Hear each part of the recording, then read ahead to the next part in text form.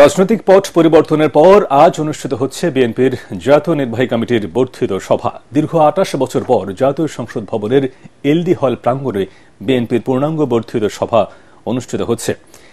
এই সভায় স্থায়ী ও নির্বাহী কমিটি এবং উপদেষ্টা পরিষদের সদস্য সহ জেলা, উপজেলা, থানা ও পৌরসভার ৪,০০০-এর বেশি নেতা অংশ নিচ্ছেন।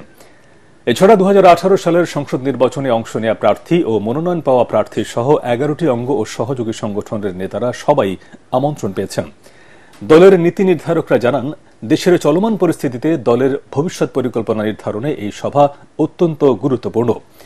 ৫ আগস্ট পরবর্তী রাজনৈতিক পরিস্থিতি, নির্বাচন ও আন্দোলনের প্রস্তুতি, দলীয় শৃঙ্খলা এবং সমমনা দলের সাথে ঐক্য ধরে রাখার ৪টি ইস্যু প্রাধান্য পাবে বর্ধিত সভায়।